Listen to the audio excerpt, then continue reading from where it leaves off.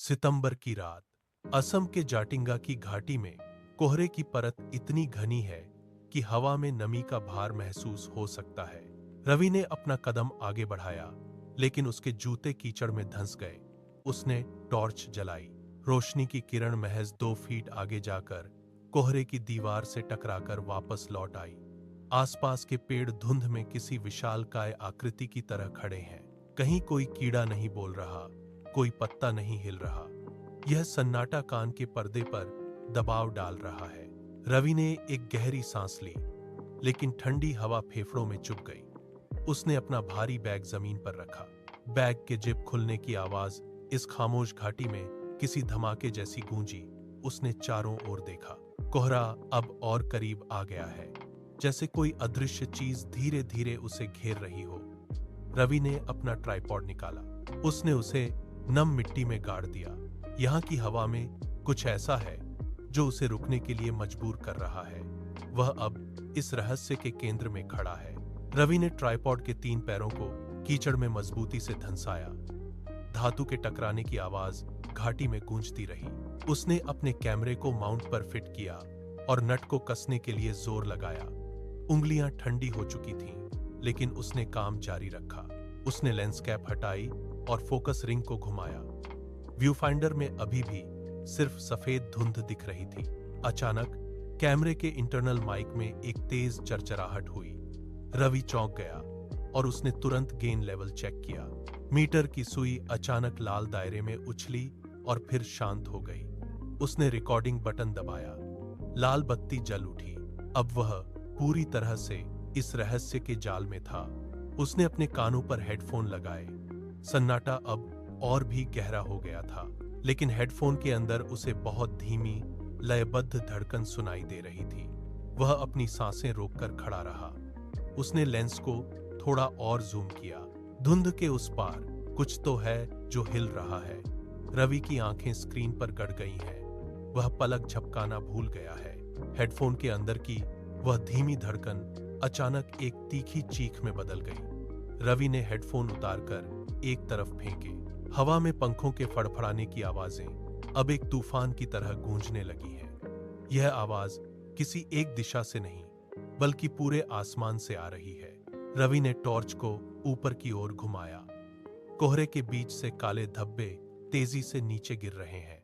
एक पक्षी सीधे कैमरे के ट्राइपॉड से टकराया, जिससे पूरा स्टैंड हिल गया।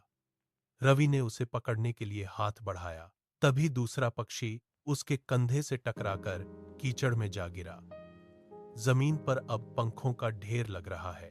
पक्षी बिना किसी दिशा के पागलों की तरह रोशनी की ओर खींचे चले आ रहे हैं। वे जमीन पर गिरते हैं, उनके पंख फड़फड़ाते हैं और फिर वे शांत हो जाते हैं। रवि का कैमरा अब भी रिकॉर्ड कर रहा है, लेकिन लेंस पर पक्षियों के टकराने से कीचड़ के छींटे पड़ चुके हैं। वह पीछे की ओर हटा, लेकिन उसके जूते फिर से गीली मिट्टी में फंस गए। एक और पक्षी उसके पैरों के पास आकर गिरा।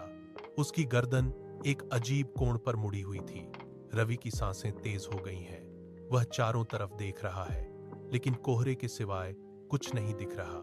एक भारी धमक की आवाज ने पक्षियों के शोर को दबा दिया और कीचड़ चारों ओर फैल गया। रवि से कुछ ही कदमों की दूरी पर एक आकृति जमीन पर गिरी।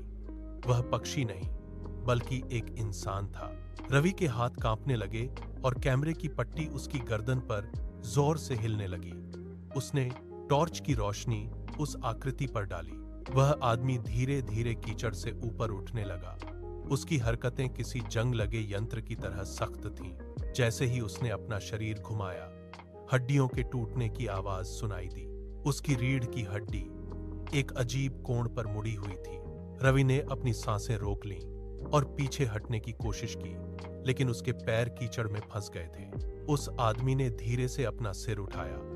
उसकी आंखें पूरी तरह सफेद थीं, जिनमें कोई पुतली नहीं थी। डर रवि के पूरे शरीर में बिजली की तरह दौड़ गया। वह आदमी बस उसे घूरता रहा, जैसे समय रुक गया हो। वह आदमी अपनी गर्दन को एक झटके के साथ सीधा करता है। उसके होंठ बिना किसी मानवीय भावना के हिलते हैं। उसकी आवाज में कोई कंपन नहीं है, बस एक ठंडी खोखली फुसफुसाहट है। वह कहता है, हम रास्ता भूल गए थे। रवि के कान में यह शब्द किसी ठंडी सुई की तरह चुभते हैं। वह तुरंत पीछे मुड़ता है और भागने के लिए अपना दाहिना पैर उठाता है, लेकिन कीचड़ उसे छोड़ता नहीं है। पैर जमीन में धंसता चला जाता है। वह जोर लगाता है, उसका शरीर संतुलन खोकर लड़खड़ाता है। कीचड़ उसके टखनों को जकड़कर उसे नीचे खींच रहा है। रवि फिर से जोर लगाता है। उसके घुटने मिट्टी में रगड़ खाते हैं। वह अपने हाथों से जमीन को पकड़ने की कोशिश करता है, लेकिन उंगलियां केवल चिपचिपे गीले कचरे में धंसती हैं। वह आदमी अब धीरे धीरे रवि की ओर बढ़ रहा है। उसके पैरों के नीचे सूखी टहनियों के टूटने की आवाज आ रही है। रवि का दिल उसकी पसलियों से टकरा रहा है। वह अपना दूसरा पैर खींचने की कोशिश करता है, लेकिन वह और भी गहराई में फंस जाता है। खतरा अब केवल कुछ इंच की दूरी पर है। रवि को अपने चेहरे पर उस आदमी की ठंडी सांसें महसूस हो रही हैं। वह भागने की हर कोशिश कर चुका है, लेकिन जमीन अब उसे अपनी कैद से बाहर नहीं आने दे रही। चारों तरफ का सन्नाटा अब और भी भारी हो गया है। रवि अभी भी कीचड़ से निकलने के लिए संघर्ष कर रहा है। तभी आसमान से एक अजीब सी गड़गड़ाहट सुनाई देती है। यह बादलों की गड़गड़ाहट नहीं, बल्कि हवा को चीरती हुई भारी चीजों के गिरने की आवाज है। अचानक रवि के चारों ओर इंसानी आकृतियां गिरने लगती हैं, एक के बाद एक।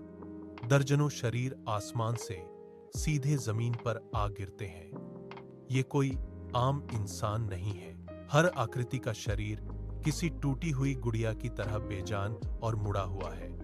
किसी का हाथ पीछे की ओर मुड़ा है, तो किसी की गर्दन अजीब कोण पर लटकी हुई है। वे जमीन पर गिरते ही लुढ़क जाते हैं, लेकिन कोई भी दर्द से कराहता नहीं है। रवि की आंखें फटी रह जाती हैं। उसके सामने कीचड़ में धंसी हुई एक आकृति का पैर उसके चेहरे के पास आकर रुकता है, जिसकी हड्डी त्वचा को फाड़कर बाहर निकल आई है। ये आकृतियां एक के ऊपर एक ढेर होने लगती हैं, जैसे कोई अदृश्य हाथ उन्हें ऊपर से फेंक रहा हो। हवा में मांस के टकराने और हड्डियों के टूटने की वीभत्स आवाजें गूंज रही हैं। रवि कांपते हुए अपने कैमरे को ऊपर उठाता है।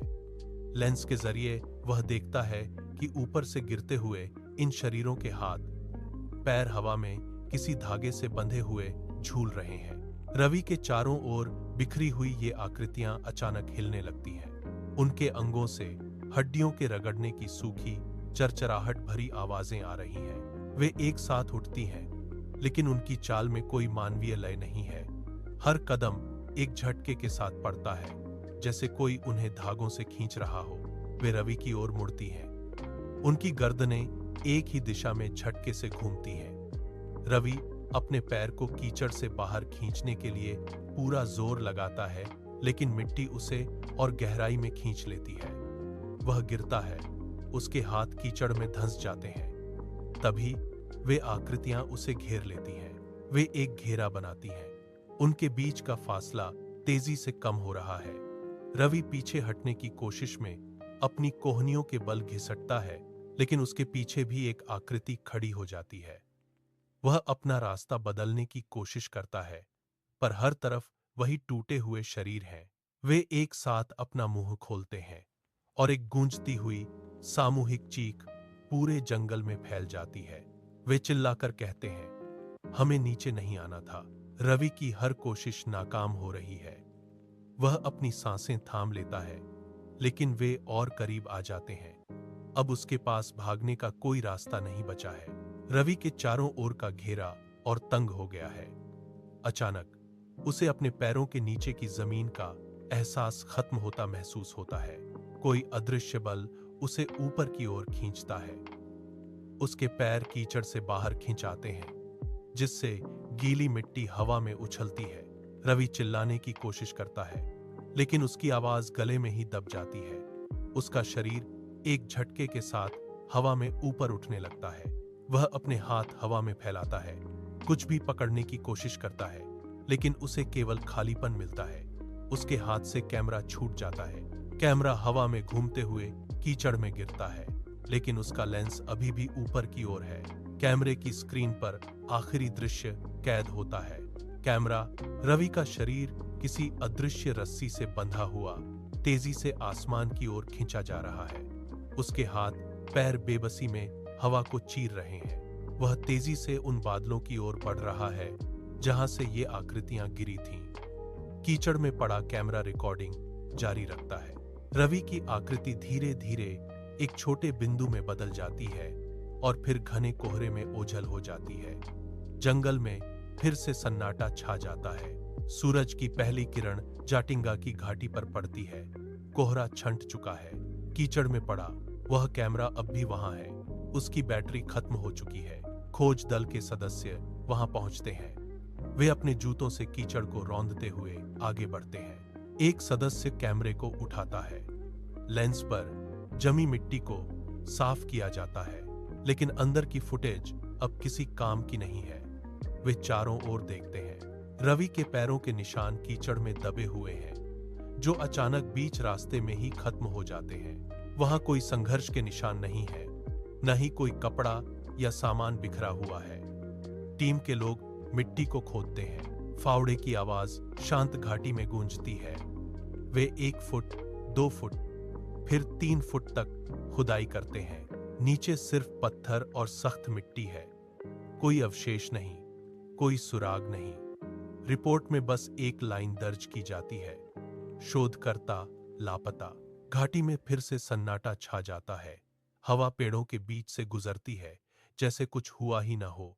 रवि अब उस रहस्य का हिस्सा है जिसे कोई कभी नहीं सुलझा पाएगा। घाटी की खामोशी अब पहले से कहीं अधिक गहरी है।